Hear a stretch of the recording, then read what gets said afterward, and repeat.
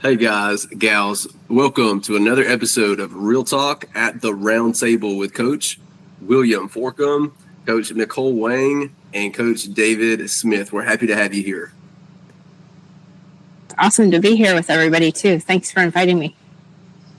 Yeah, and it wouldn't be the same with everybody out there in this world tuning in. So in 30 minutes, we're going to look for your questions.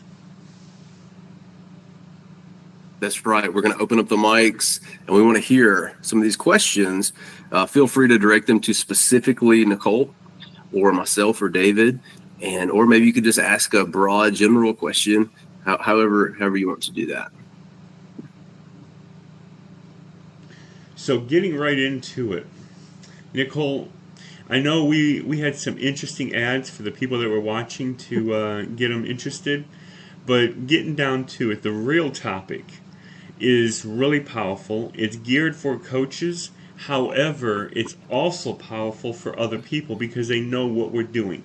So tell us a little bit about what we're going to be talking about today.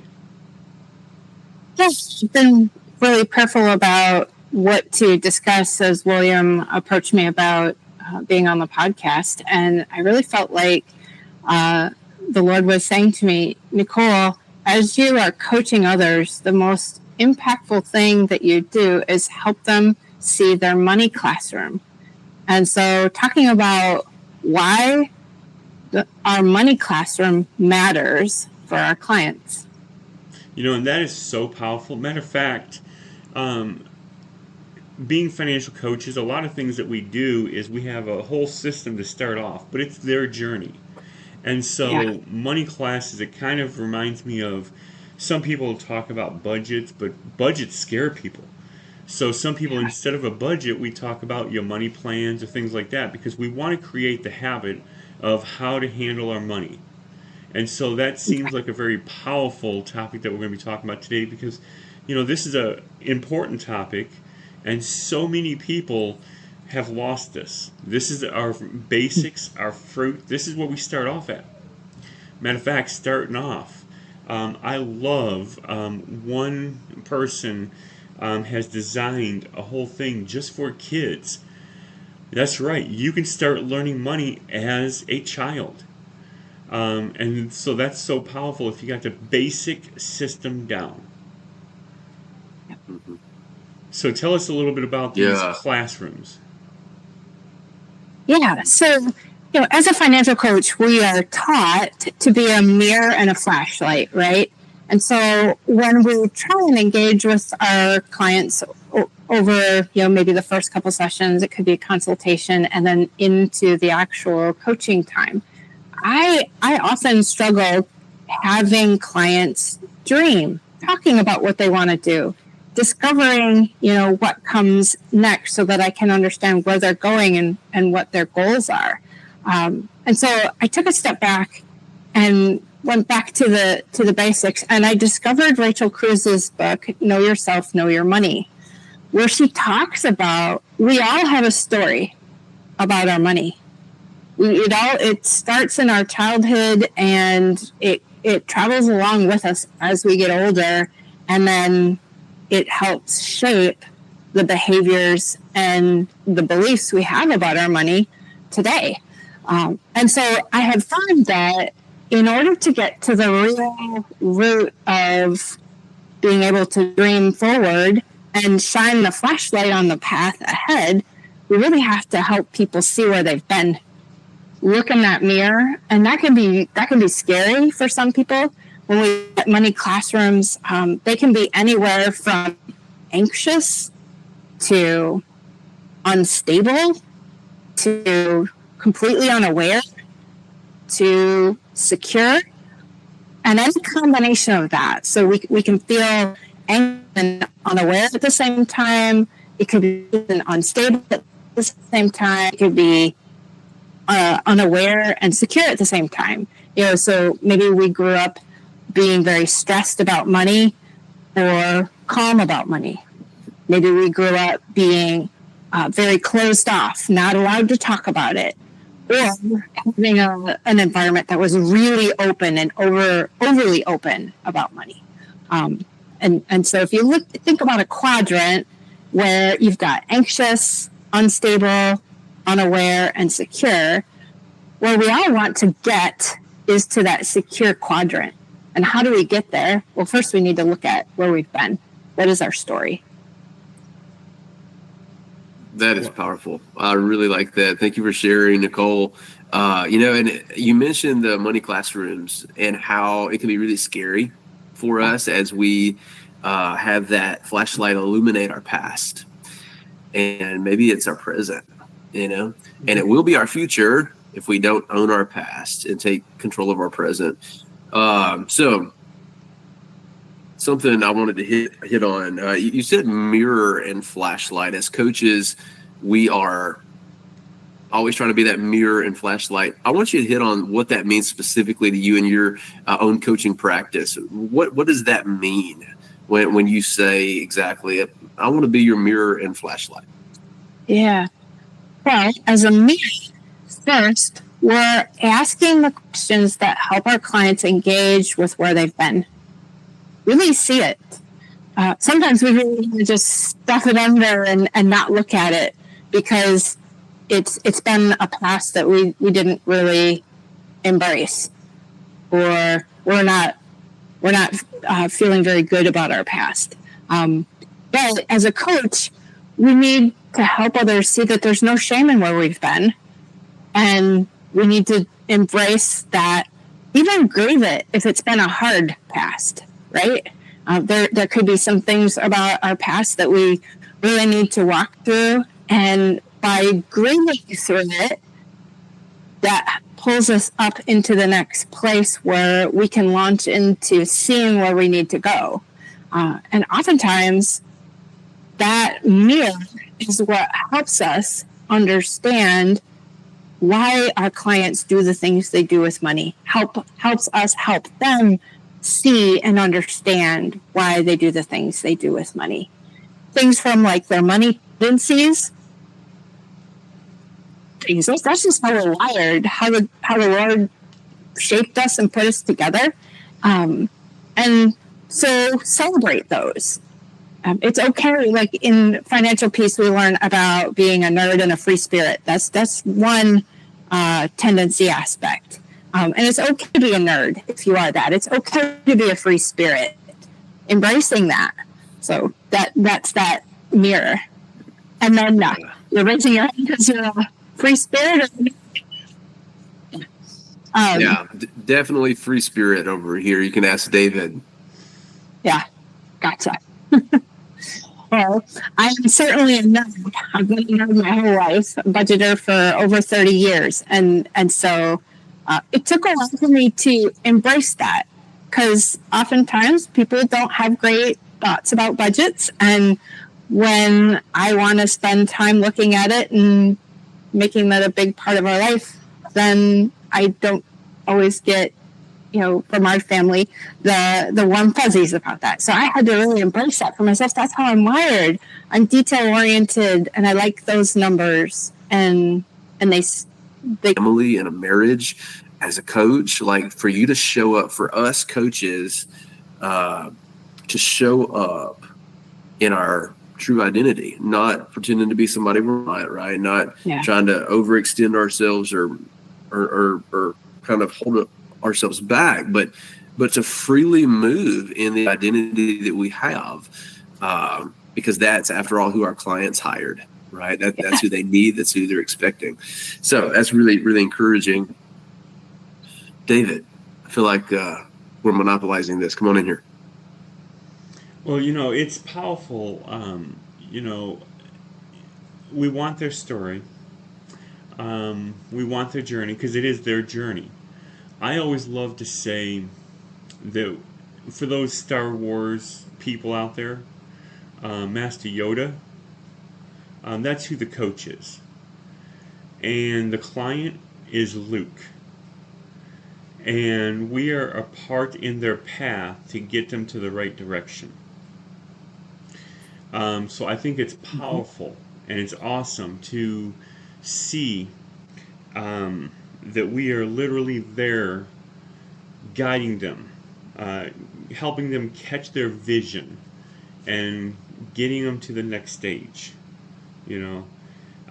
Failing forward is what I like to say. Yeah, exactly. Because when we are able to help them with that process of seeing where they've been, then the flashlight on the path ahead about where they're going, being able to discover why they do what they do with money, how they can move more towards security with that, feeling more secure in where they need to go. And that just opens up all the other acts that we're asking them to grasp onto, being committed to some probably really hard steps if they've got some big things they've got. And then developing their why so that they can get on the right path and cheering them along towards what their future will be in building wealth. So, yeah, I resonate with that, David. Mm-hmm. Yeah.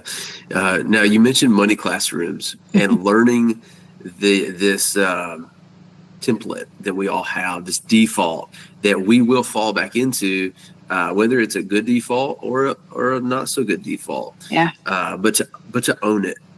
And I mentioned owning it. I want to expound on that. What does owning it look like, Nicole? Good question. I think owning it looks like being able to say without shame, yeah, I've made some mistakes with money, or I've made some decisions I'm not proud of, or I'm not sure why that happened in my life and I wish I could erase it. Just those hard truths about us.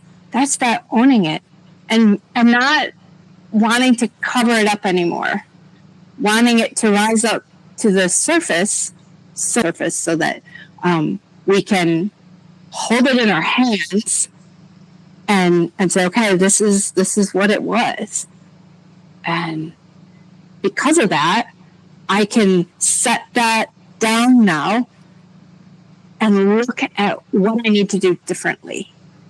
That helps us recognize it too. So if we're trying to move forward and we keep falling into the same rut every time, we go, why does that happen? Well, maybe it's because we need to have a tool in our tool belt that helps us recognize when we're just about ready to fall into that rut again. Oh, I've been here before, and I see it now because I've dealt with it. Mm-hmm. Yeah, there's something really empowering about owning, about saying, hey, this happened, and I hate it. It's not me. It doesn't define who I am, but it did happen. I let it happen, and I'm going to try not to let it happen again. It reminds me of the quote, the things that we don't talk about control us. The things that we don't talk about control us. The shame-inducing bondage that we just allow to domineer over us and to move us into a position of fear, and passivity.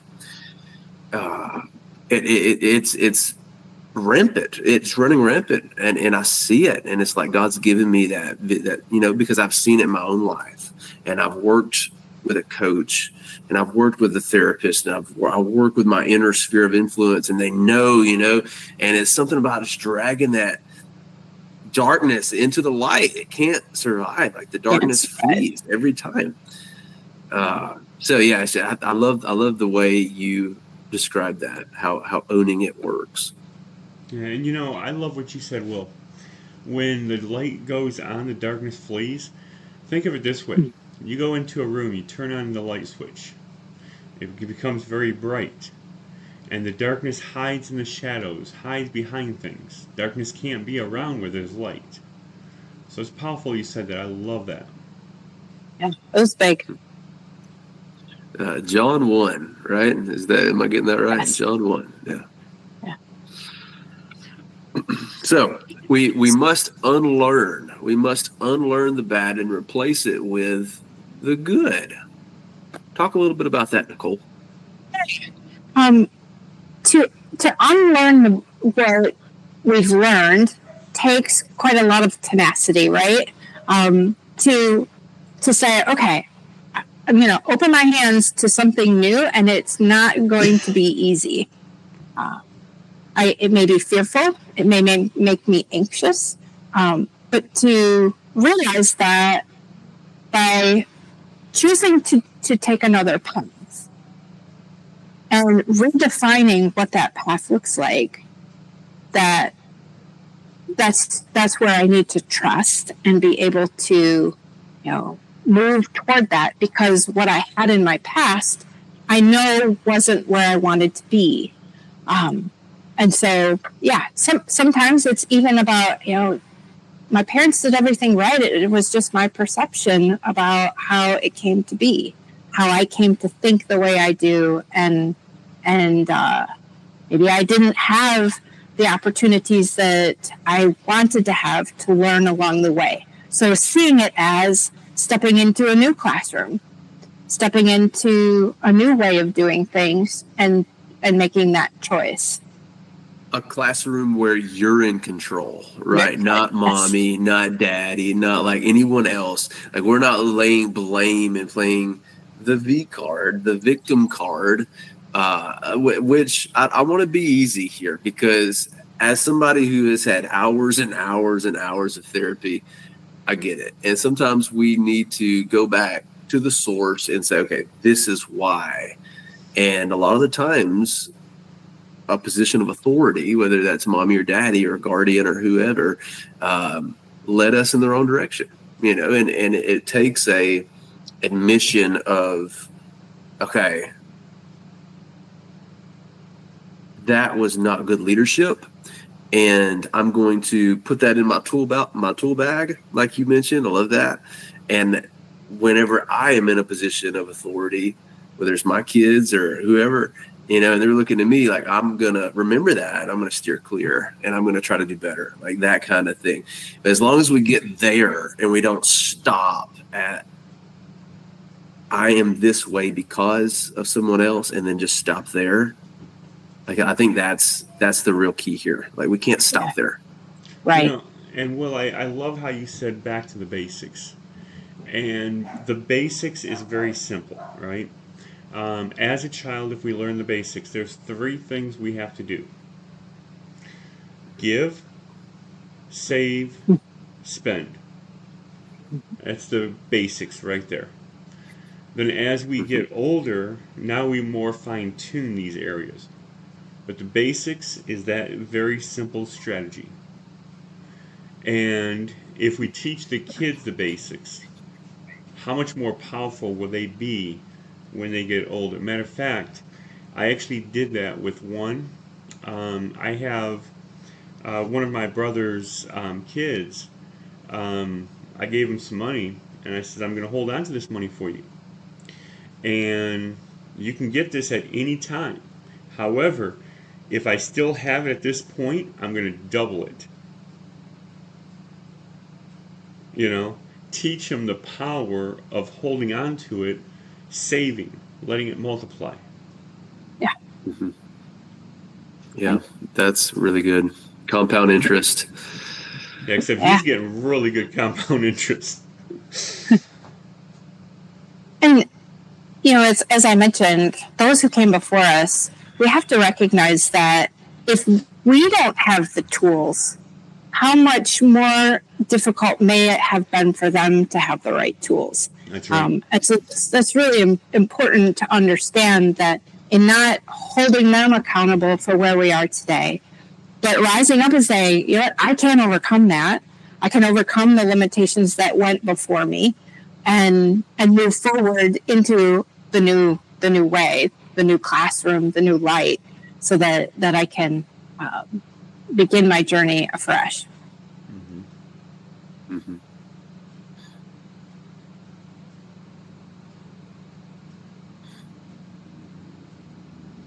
Yeah, and from time to time, we always have to take a fresh start. Sometimes people are, doing a job or whatever, doing whatever, and they get too far in whatever wrong direction or whatever direction they're going in. They're like, wait a second, I need to take a step back, get back to the basics, and then keep going forward. We all go through those times when we have to go back to the basics. And you'll hear people say, well, it's back to the basics for me. You know, they're not quitting, they're just going back so they can get stronger, so they can move forward. Exactly. I know when I did, go ahead. That's really hard to do in our culture today, right? Because as coaches, we're asking our clients to take a step almost out of the mainstream of where they've inserted themselves all these years, no matter how long it's been for them.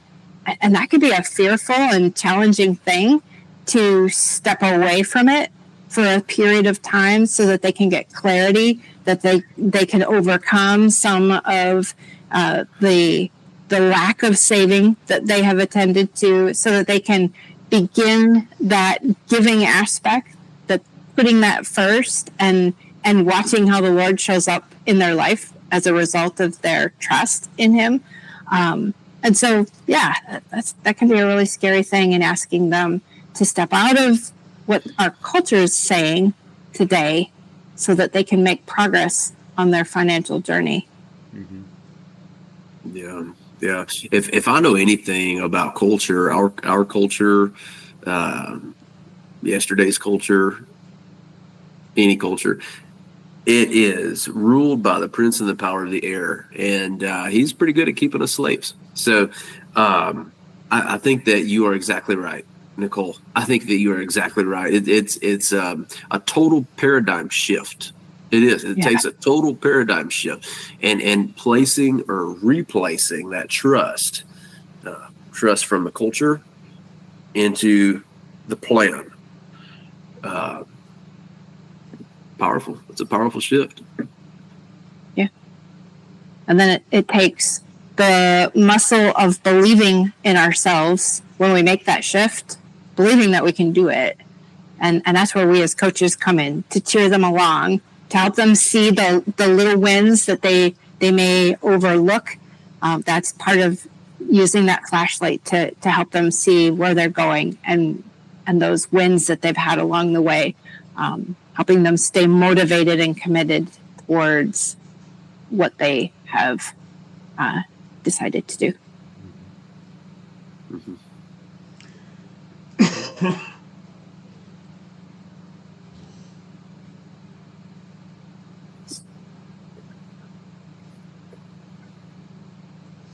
I find also it really helps to know what our early classroom has been, to help us be committed to what we're doing. Because so often we can get our clients started on the right path. They're really energized and energetic getting started at times.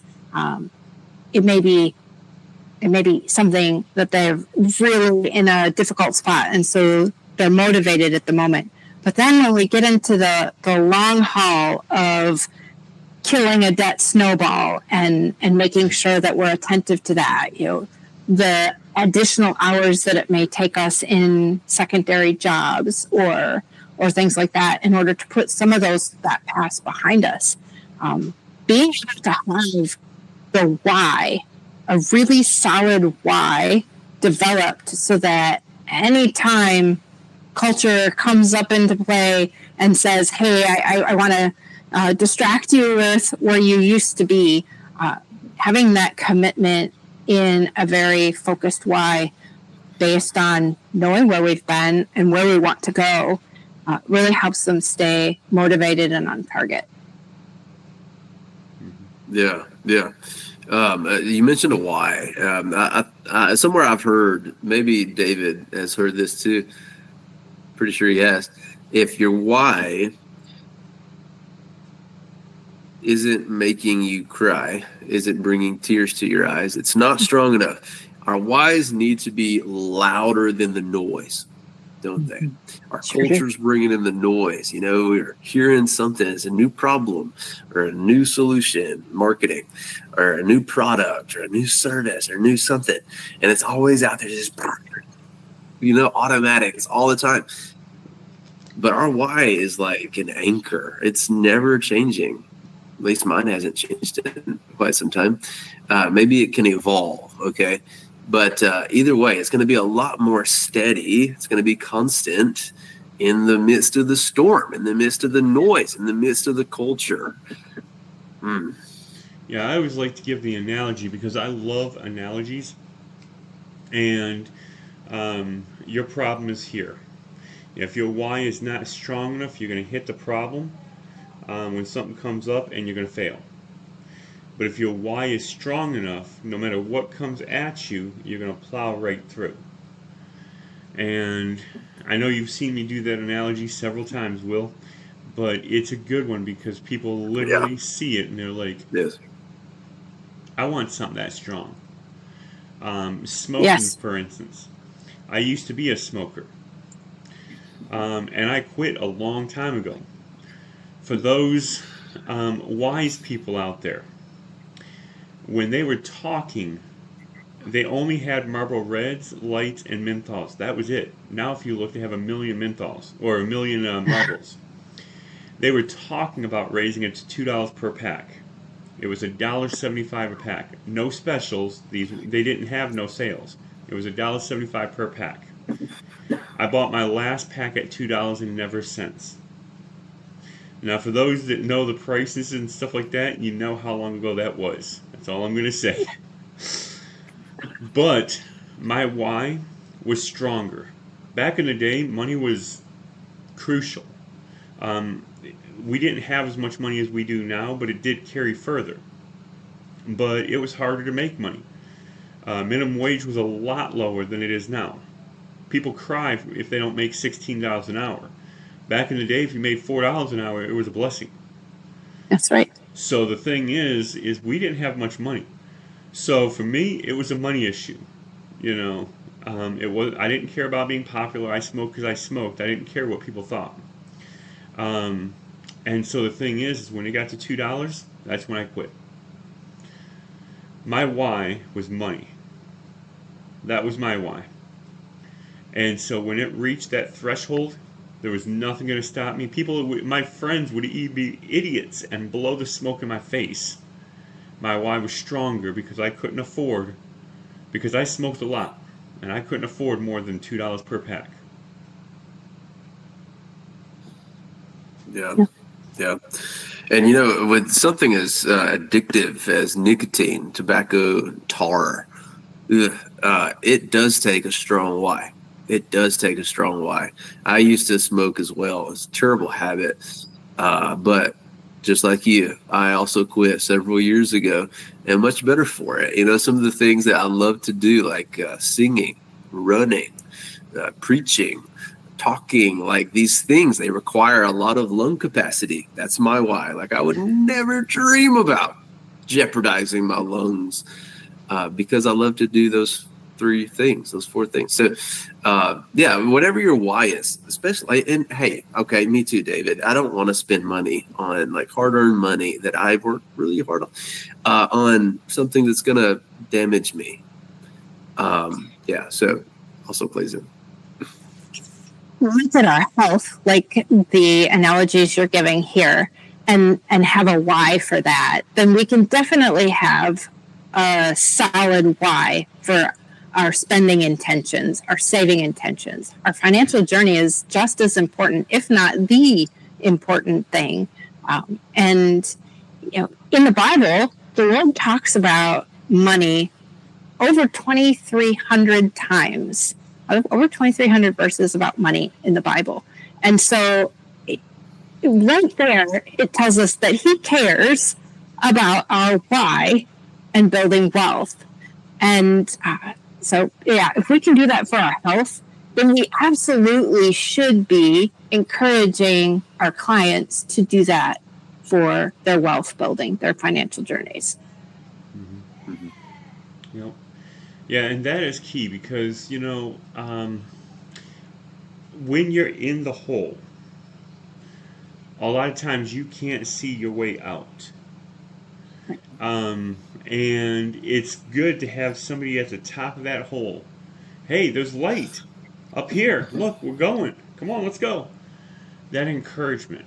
getting the basics, getting the things. When I first started with Dave Ramsey, and I laid out my plan for the money to figure out where my money was going, over $4,000 was going to eating out.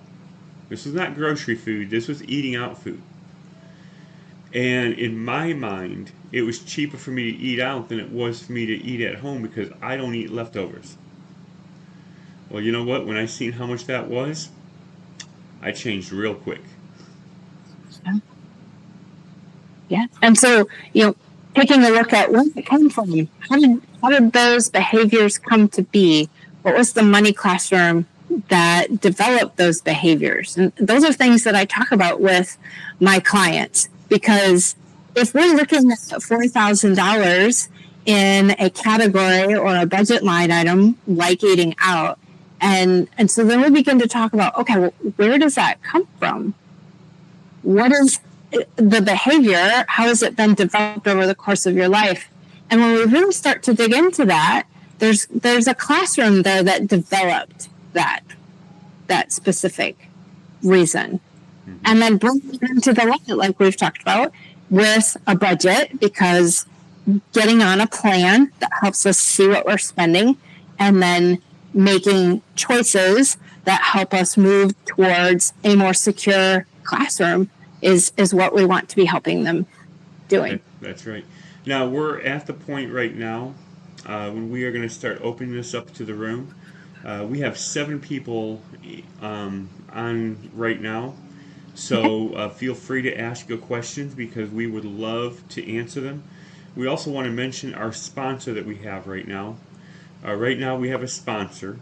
It is Chime, and the link is below. When you join with Chime and do a couple things, you're going to get $100 extra in your money. So it's really cool, very awesome, and we talk about using money in the wise way. It's great because you can have your checking account set up, move it to a card, and be able to use your card. And you're not using credit, you're using money you actually have. So it helps develop your money habits, and it keeps things going good. So our sponsor is listed below. Now, if there's any questions, feel free to ask them. By the way, there will be a reward for the best question asked. Today we are going to be giving away more than $2,500.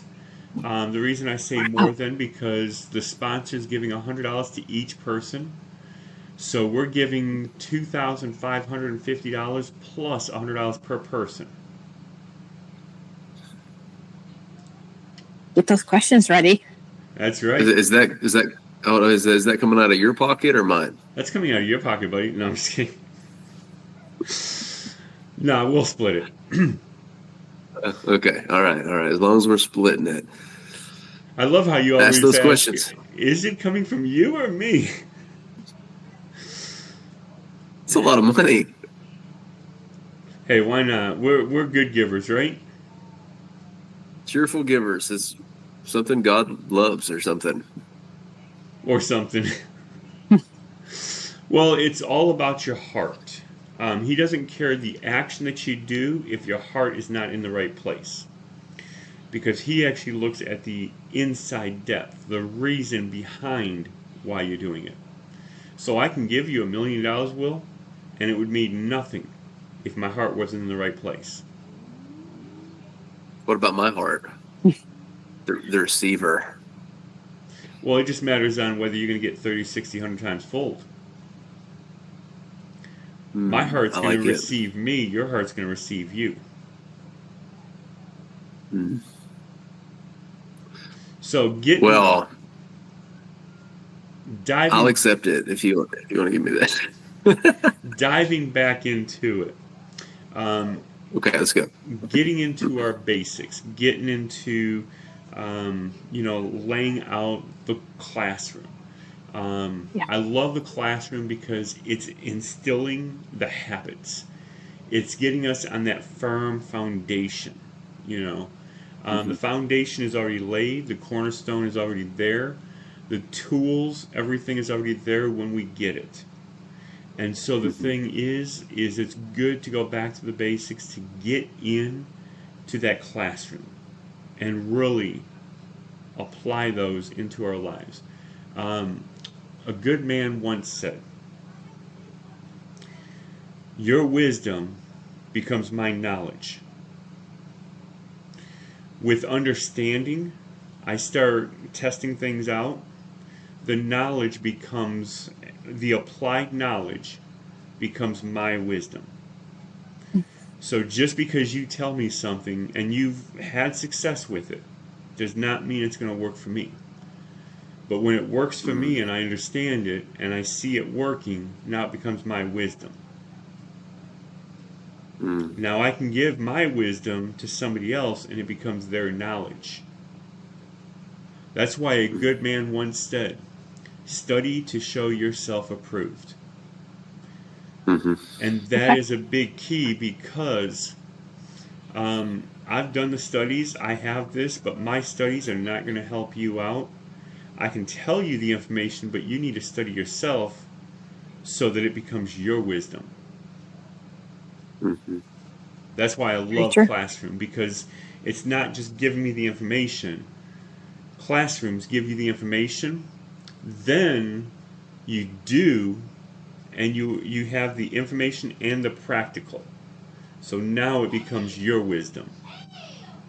Unless you're some of those kids in class and they cheat. Well, in a classroom, we have to take the next step of applying it. And each one of us is going to do that from our own lens, from our own viewpoint, and it's not wrong how we move forward, because that's us taking the steps forward to put into practice what we've learned. That's right. So Mary Bibb, I love Mary Bibb. Hi, Mary. Okay, that's actually, you have a question, William.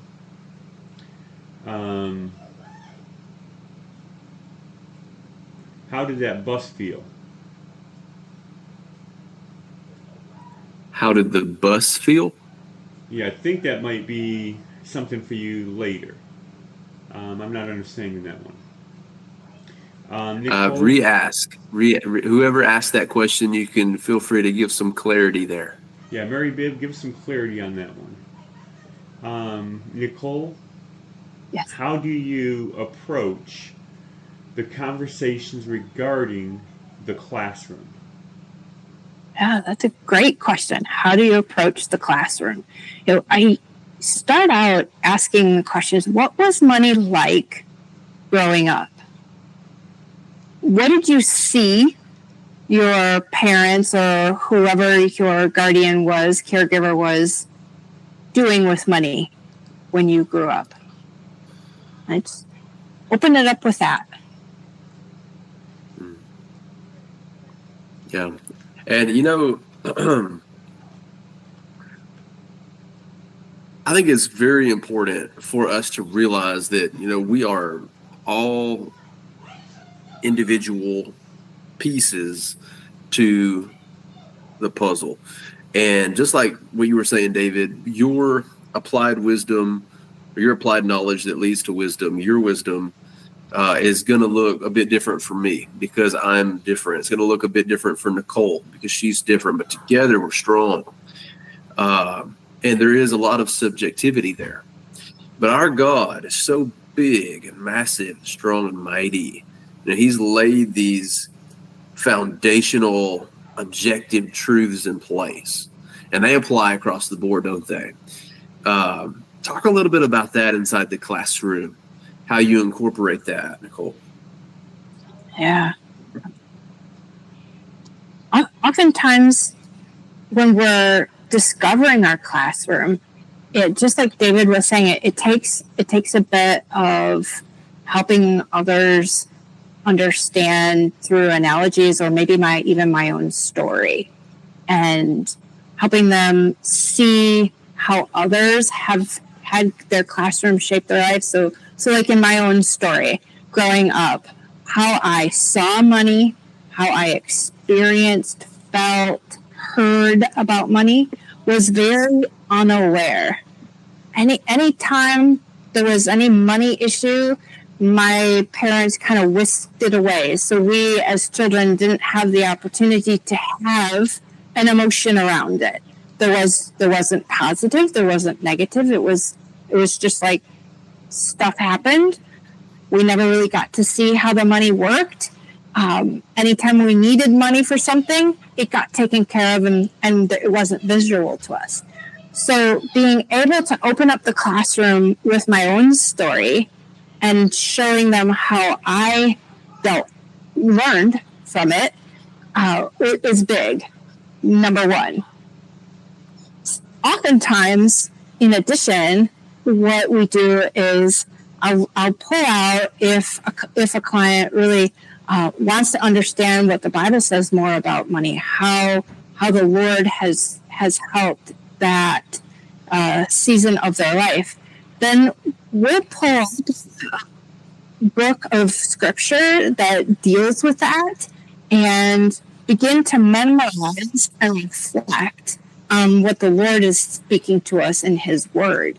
So there can be a number of different approaches. It's about what that individual is comfortable with. Sometimes we don't get past talking about their surface level things for quite a while because we've got to get comfortable with maybe my classroom was really anxious or really unsecure. Maybe there was a lot of yelling about money, and that's as far as I want to talk about it, and that's okay. So giving grace to our clients to help them in that grieving process. And that grieving process isn't just follow these steps and you're out of it. That grieving process takes time and care to walk alongside them with it. Yeah. No, that's golden. That's golden. Grief is so strange. It's such a strange emotion. It's sometimes it's hard to walk through that. I think that doing that with a coach is so much more productive. Yeah. In grief, it's not that we process through it to be completely healed and never experience it again. So grief is an animal unto itself, and we don't always get to choose how it chooses to grip us. But what we can choose is how we carry it. And initially, that grief can be really difficult to carry, almost impossible to carry. I know in my own life, just walking through the grief of the passing of my son at the age of 22, unexpected, there was no illness or accident that took his life. He just suddenly stopped talking. And so as I sit with the grief of no longer having that deep connection, that connection with him where I can talk to him whenever I want here in this life, is a weight that I have to learn to carry. Other people can choose to come alongside me and carry that grief with me. And that stone, it's still heavy, it's still difficult, but as a coach, coming alongside our clients and saying, hey, I'm gonna help you carry that grief, that stone with you. And over time, it doesn't get lighter, it gets easier. Yeah. Thank you so much for being vulnerable enough to share that with us. I know that's not easy. If there's anything that I know about how our God uses grief and loss and sacrifice and hardship and just heartache, he teaches us to learn to carry it in a way that helps others around us who are also experiencing this grief, heartache. So you are an inspiration. Thank you so much for doing that, and for not only doing it for yourself and for your family, but also right now doing it for us and our listeners. That's what you just did. It's a powerful thing. Thank you. Thanks, William.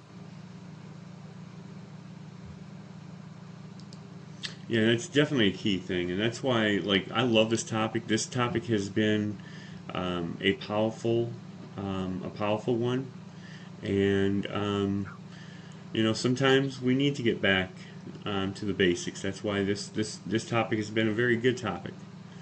Um, Thanks, David. that's right. Now, with that being said, um, I would love to talk about in school. Um, when we go to school, I'm just using this analogy. Um, we go through what? Um, 9 months of hard work and then 3 months off. Just Um, about. and then when we go back to school, half of what we learned we forgot. And we have to go through refreshers before we get going into the new work. And then Hold on, David. Hold on. Let me just press pause here because I know we've got some homeschoolers that are like, I don't even know what you're talking about right now. I never get a dime off, right? Well, and then I was going to say, some schools, you don't get a summer break, and you work all year round, and you get more breaks throughout the year, which they're smaller breaks, so you don't lose your memory. But I'm going to focus on the ones that's in public school with summer off, because a wise man once said, one of my favorite horror films back in the 80s, the mind is a terrible thing to waste. When we don't use it, we lose it. So the information we know, like for instance, I went through in school, I did Algebra 1, Geometry, Algebra 2, and Trigonometry. Now try to ask me to do a trig question. It's been so long since I used trig, I couldn't even help you.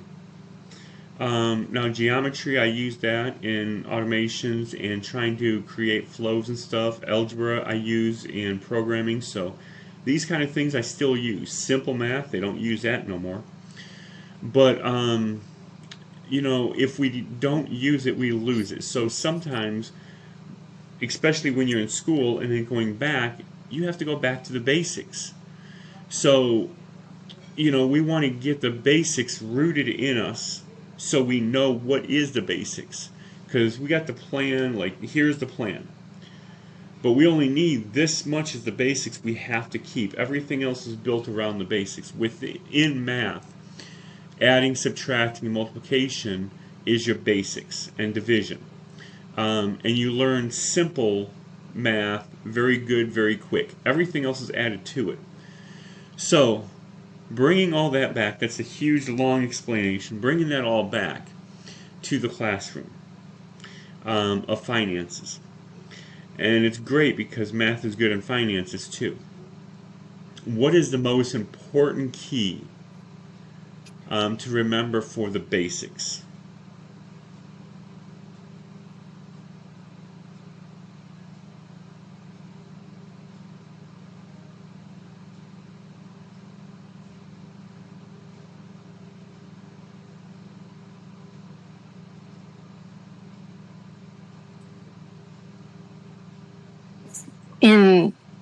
When you talk about math, and the basics of math is, I believe, as a financial coach, that when we look at our money and we're budgeting towards our future, it really starts at baby step 0, right? Baby step 0 is our income minus expenses should equal 0. It's simple. It's not complex or complicated. Sure, how you get there can be complex and complicated, but that's what ultimately I want my clients to know, is that when we're focused on putting every dollar to work on our behalf, getting it all back in our court, not giving it away to somebody else, when we've got debt and not intentionally saving toward the future, then that's where we have to start, making sure that our plan informs where we're going. Baby step 0, income minus expenses equals 0. That's Yeah, powerful. every dollar is accounted for. Yeah, sorry to cut you off, Dave. I didn't mean to. Every dollar is accounted for. Yeah, I love that. It's a powerful plan. And when we are assigning a job to each one of our dollars, it puts us into the driver's seat. A lot of the times, that is a strange place to be. Yeah.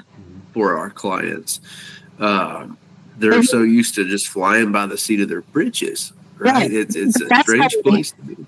That's how we help them see what a secure classroom looks like. Because if we've never been able to rise up to having enough money to be able to cover our needs, maybe it's just even our basic needs, our 4 walls. Suddenly, when we put it in the framework of income minus expenses equals 0, and every dollar that comes my way has a job, suddenly there's security in what we're doing. And that's our goal. Our goal is to take the old classroom and move to that secure quadrant and be able to work from a plan that gives us the security to know that we're doing the right thing. That's powerful.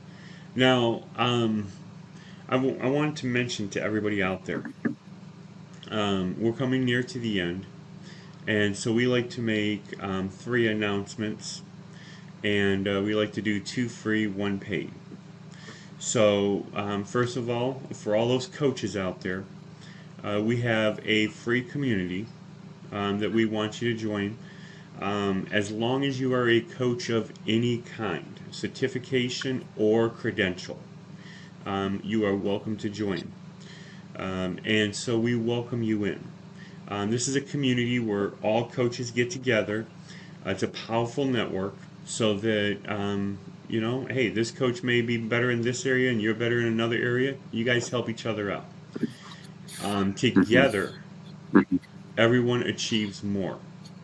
And so building a network so powerful and so strong, that's key. So this is a network for all coaches. And matter of fact, we've developed a lot of little blueprints in there to have fun and get free stuff. So that's right. You definitely want to join. It's powerful. It's great. Now, second of all, we have... Wait. What, David, before we get too far, how do we join the community? Good question. There's a link below to join the community. Okay. Second thing is, for coaches again, we have an Absolute CRM. Now, anybody can use the Absolute CRM. Any business, anything out there. And it's an all-in-one system. Handles your marketing, handles all your CRM, handles everything in your business for you. However, for the coaches, we have a snapshot to get everything going even faster. So it's even better for the coaches, and this snapshot was created by the coaches for the coaches. And matter of fact, we have a special right now going with that you can get $200 off. So you definitely want to check that out because it's an unbelievable thing.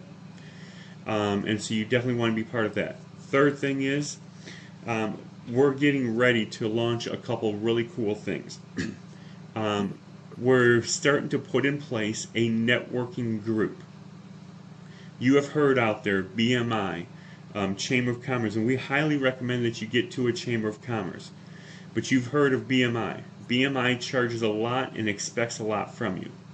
Right. And you've also heard of other social media sites that bring people to network. We're going to have a free community that brings people together. Now, the events you will have to pay for, depending on what the event is, whether it's a meal, whatever it is, but the actual group is going to be free itself. So this is something that you want to keep in mind. Register for it, sign up, say, hey, I want to be part of this. Right now, we're in the building stages. The plan is in about 2 months, so we want to try to get enough people so that it becomes a powerful networking tool for everybody. Again, all the links are below. Now, Nicole, we have your link below. Tell us a little bit about yourself. Yeah, thank you, David. So I am a financial coach, a Ramsey Preferred financial coach, and I have been teaching others through FPU and one-on-one coaching over the course of the last 4 to 5 years now. And I am also the owner of Capacity. And like David said, you'll find that link below. In my financial coaching business, I help others save and spend with intention so that they can live with well-being along their financial journey, and just really empower them and encourage them along the way. And you'll notice when you look at the link for my website, Capacity is spelled with an E, CAPACTEY. And Capacity, the E in Capacity actually stands for my son, Ethan. And we are emboldened at Capacity by his intentional capacity, his courage, and his intensity for life to help others in community. And so that's what we're about. In the month of July, actually starting July 1st, I will be teaching what I call a Forge group. It's a book review on Rachel Cruz's book, Know Yourself, Know Your Money, where we talk about our classrooms. We discover together what those classrooms are. So every Tuesday in July in the evening, I will be teaching along that path. And if anybody wants to join me, just go ahead and reach out to me through the website there. You'll find it under the resources section. So thanks for having me on and allowing me to talk about who I am as a financial coach and Capacity. That's right. That's powerful. Guys, make sure you check that link out below. Now, we love to talk about rewards. Okay. In the community, there's tons of rewards, but we've got some rewards here. Now, I said that we were going to be giving away more than $2,550 plus $100 per person. We're saving $1,000. Okay. Because in the comments in the thing, we only had one person post. So Mary Bibb is going to get, what she's going to get is one power coaching session. That is a session with two powerful coaches and you. This is very powerful, where you can get extra powerful session. It's a little bit more than just a one-on-one with a coach. Now you're getting two coaches, so it's very powerful. So Mary Bibb, you're going to be getting that reward. We also have a reward for a random live guest. Nobody else replied into the post, into the text, so we don't know who else is here. I know we had 9 people. Currently right now have 3, but nobody else replied into the chat, so I guess we get to save $1,000, Will. So, as long as we're saving it, that's the important part. That's right. We'll give it away some other time. And again, we don't know how many $100 we're going to be giving away. It all depends on how many click the sponsor below, which our sponsor right now is Chime. You click the link below, you will get an additional $100. So it's really good. It's really awesome to have. This is one of the cards I always refer my clients. We always have a checking and a savings with a high interest yield savings account place. And then we have a regular checking and savings account with a credit union. And then we usually have some kind of a prepaid card that we use for like hotels and different things like that, like travel and things like that. This would be that card. So all the links are below. Make sure you check out the description. Thank you for coming, everybody. Currently we have 4 people on now. Is there any last comments before we close? Thank you so much, Nicole, for being on. It's been just awesome to have you. Hopefully we'll be able to get you back sometime before the year ends. Oh, thank you. I really appreciated you inviting me to the podcast. This has been a really fun experience. And just talking about money classrooms and encouraging everybody to really help their clients see where they've been so that they can shine that flashlight on where they're going through their money classroom and getting into a more secure place. So thanks for letting me talk about it and share a little bit about myself and my story as well. I love what you guys are doing. So thanks. Been good. Yeah, thank you, Nicole, for being here. And right now, Will is currently booking for October. That's how far out we're booking. So you're going to have to get on the books pretty quickly to be this year. Yeah. Um, and I'm just going to put it out there as well. We are going to be looking for somebody if they want to be like Thanksgiving, Christmas weeks, and stuff like that, because we don't want to have to not have a podcast. And those are the harder weeks. So if you want to be on those weeks, make sure you reach out to Will. He will definitely put you in for those weeks. We are currently booking in October. Everything before October is solid booked. So make sure you get with Will. He will book you on. Thank you, everybody. We love you coming, and we'll see you the same time next week.